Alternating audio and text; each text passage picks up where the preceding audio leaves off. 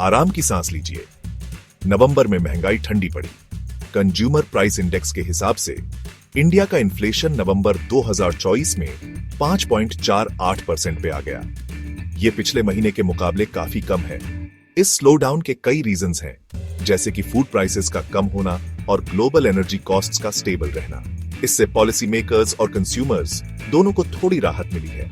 Reserve bank of India inflation से actively लड़ रहा है। इंटरेस्ट रेट हाइक्स के जरिए आरबीआई डिमांड कम करना और प्राइसेस स्टेबल करना चाहता है।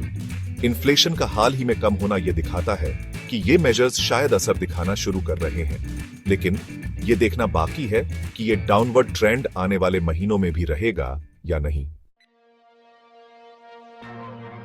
नवंबर 2024 बनाम अक्टूबर 2024, एक कंपैरेटिव ग्लांस। अक्टूबर 2024 में इंडिया का इन्फ्लेशन रेट 6.21% था, मतलब नवंबर का 5.48% काफी गिरावट दिखाता है। ये डिक्लाइन एक पॉजिटिव साइन है, जो दिखाता है कि इन्फ्लेशनरी प्रेशर शायद कम हो रहे हैं। लेकिन ये एनालाइज करना जरूरी है कि इस चेंज में कौन से कंपोनेंट्स कंट्रीब्यूट कर रहे हैं। सबसे बड़ा कंट्रीब्यूटर फूड इन्फ्लेशन में कमी था।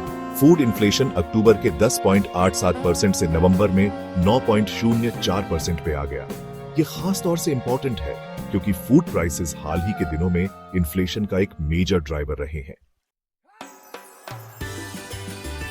खाने का फैक्टर इन्फ्लेशन के मूल में एक नजर। फूड इन्फ्लेशन इंडिया के लिए एक लगातार चिंता का विषय रहा है। हाल के महीनों में जरूरी खाने पीने की चीजों के प्राइसेस बहुत भी आंच गए हैं, जिससे घर के बजट्स पे असर पड़ा है। नवंबर में फूड इन्फ्लेशन का कम होना एक राहत की बात है और ये दिखाता है कि सप्लाई चेन डिसरप्शंस शायद कम हो रहे हैं। कई फैक्टर्स ने फूड इन्फ्लेशन के कम होने में कंट्रीब्यूट किया है। इनमें अच्छे मॉनसून की वजह से क्रॉप्स का अच्छा प्रोडक्शन, फूड प्राइसेस को कंट्रोल करने के लिए गवर्नमेंट के मेजर्स और ग्लोबल कमोडिटी प्राइसेस का कम होना शामिल है।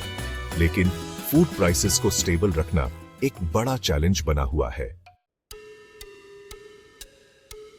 खाने के अलावा फ्यूल, हाउसिंग और आरबीआई का नजरिया।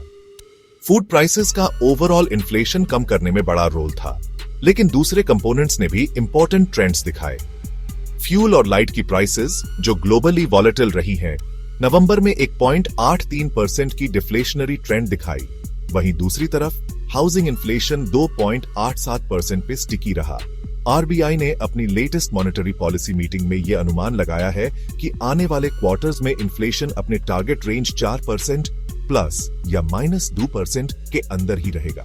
लेकिन सेंट्रल बैंक ने इन्फ्लेशन के अपसाइड रिस्क्स को भी माना है।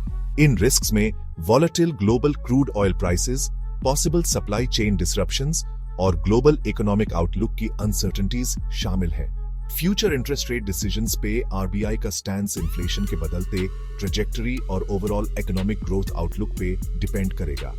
हालांकि इन्फ्लेशन का हाल ही में कम होना थोड़ी राहत देता है, पॉलिसी मेकर्स को पॉसिबल इन्फ्लेशनरी प्रेशर्स को एड्रेस करने के लिए विजिलेंट और प्रोएक्टिव रहना होगा ताकि लगातार प्राइस स्टेबिलिटी बनी रहे।